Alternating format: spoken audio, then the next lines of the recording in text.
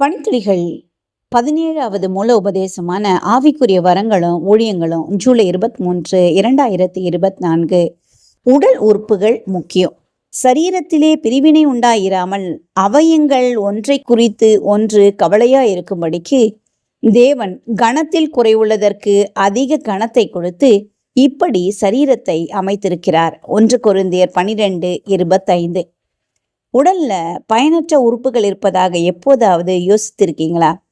ஞானப்பற்கள், வால் எலும்பு, குடல் வால் போன்ற தேவையற்ற சில பகுதிகளோடு மனிதர்கள் படைக்கப்பட்டிருப்பதாக சிலர் நினைக்கிறாங்க. ஆனா காது மடல்கள், உள்நாக்கு, பித்தப்பைகள் ஆகியவை தேவையற்றது என்கிற முடிவுக்கு வருவதற்கு முன்பு அந்த உறுப்புகளுக்கு ஒரு முக்கிய நோக்கம் இருப்பதை நீங்க கண்டுகொள்ள வேண்டும்.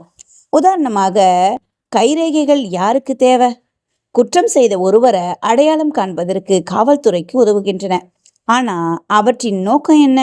உண்மையிலேயே விரல்களில் உள்ள முகடுகள் பொருட்களை எடுக்கவும் பிடிக்கவும் உதவுகின்றன. உண்மையிலேயே விரல்களில் உள்ள முகடுகள் பொருட்களை எடுக்கவும் பிடிக்கவும் உதவுகின்றன. கைரேகை இல்லையேல் கைகளால வேலை செய்வது கடினமாக இருக்கும். சில கிறிஸ்தவங்க தங்களை கிறிஸ்துவின் சரீரத்தில் உள்ள பயனற்ற உறுப்புகள் என நினைக்கிறாங்க. வெளிப்படையாகவே பாவத்தில் வாழ்கிற சில உறுப்பினர்கள் சபையிலிருந்து பிரிக்கப்பட வேண்டியிருக்கலாம் என்பது உண்மை என்றாலும் ஒவ்வொரு நபருடைய மதிப்பையும் எடை போடுவதை தவிர்க்க வேண்டும். சரீர அவயங்கள்ல பலவீனம் உள்ளவர்களாய் காணப்படுகிறவைகளே மிகவும் வேண்டியவைகளாய் இருக்கிறது. மேலும் சரீர அவயங்கள்ல கலவீனமாய் காணப்படுகிறவைகளுக்கே அதிக கனத்தை கொடுக்கிறோம். நம்மில் லட்சணமில்லாதவைகளே அதிக அலங்காரம் பெறும் என்று சொன்னார் பவுலார். 1 கொரிந்தியர் 12, 22, 23 இதை பற்றி கூறுகிறார். ஆராதனை நடத்துதல் போன்றவற்றை பெரிதாக உயர்த்தவும், ஆராதனைக்கான வசதிகளை செய்து கொடுத்தல் போன்ற வரங்கள் உள்ளவர்களை தாழ்வாக்க நினைக்கவும் தூண்டுதல் உண்டாகலாம். ஆனா ஒவ்வொரு உறுப்பும் முக்கியமானது.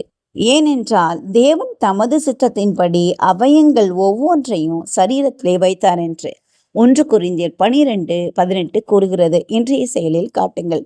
உங்கள் உடலில் ஒரு பகுதியை நீங்க இழக்க நேரிட்டா எதை இழப்பதற்கு தேர்ந்தெடுப்பீங்க?